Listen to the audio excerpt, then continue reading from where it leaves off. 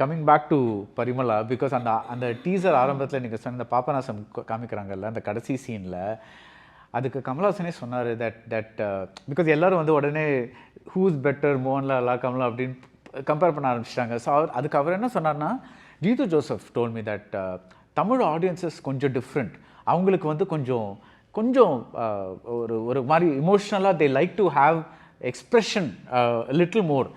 So அவர் பண்ணது correct. அவரோட பிச்சை அது அவருக்கு தெரிஞ்சு தான் பண்ணார். ஸோ இதை கம்பேர் பண்ண முடியாது because both are speaking to difference audience அப்படின்னு.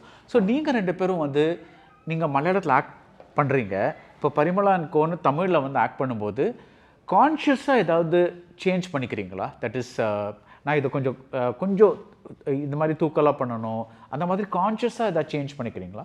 இந்த ஆடியன்ஸ் கொஞ்சம் டிஃப்ரெண்ட் அந்த மாதிரி இருக்கு.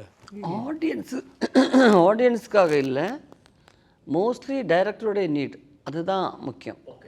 சில டைரக்டர்ஸ் மலையாளத்திலே கொஞ்சம் லவுடாக பண்ண சொல்லுவாங்க, அது அப்படியே பெர்ஃபார்ம் பண்ண வேண்டியது நம்ம கடமை. சிலது நம்ம சட்டிலாக பண்ணும்போது இல்லை அது தெரியலைங்க, அவங்க ஃபேஸில் தெரியல, கொஞ்சம் அதிகமாக வேணும் அப்படிங்கிற ஒரு இறந்துட்டார் ஒரு டைரக்டர் ராஜசேகர்னு மலையூர் மம்பட்டியான் டைரக்ட் பண்ணவர். ரைட்.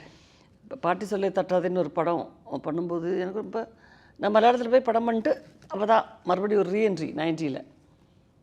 அப்போது உங்கள் ஃபேஸில் எக்ஸ்ப்ரெஷன் எதுவுமே தெரிய மாட்டேங்குது.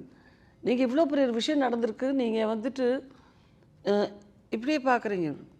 நான் சொன்னேன், சார் வீடெல்லாம் எரிஞ்சு போலியே சார், ஒருத்தர் வந்தார் போலீஸ் அரெஸ்ட்டுன்றாங்க. ஐயோ அப்படி தானே பார்ப்பேன். இப்படி பார்த்தா அது எப்படி சார் ஓவராக இருக்குது, நீங்கள் ஓவராக நினைக்கிறீங்க, அப்படி நீங்கள் நினைக்காதீங்க, அப்படி தான் பண்ணுங்கன்னுங்க. ஸோ லவுடாக பெர்ஃபார்ம் பண்ணணும், that is also a style. அது அவருடைய ஸ்டைல், கொஞ்சம் லவுடாக எல்லாம் பண்ணணுங்கிறது.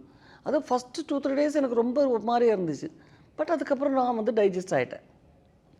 ஸோ எல்லா இடத்துலையுமே டைரக்டர் யாரோ அவருக்கு என்ன நீடோ அது ஃபஸ்ட்டு நம்ம கேட்டு பெர்ஃபார்ம் பண்ண வேண்டியது தான் நம்ம கடமை. ஒரு ஆர்டிஸ்ட் அது எந்த லாங்குவேஜ்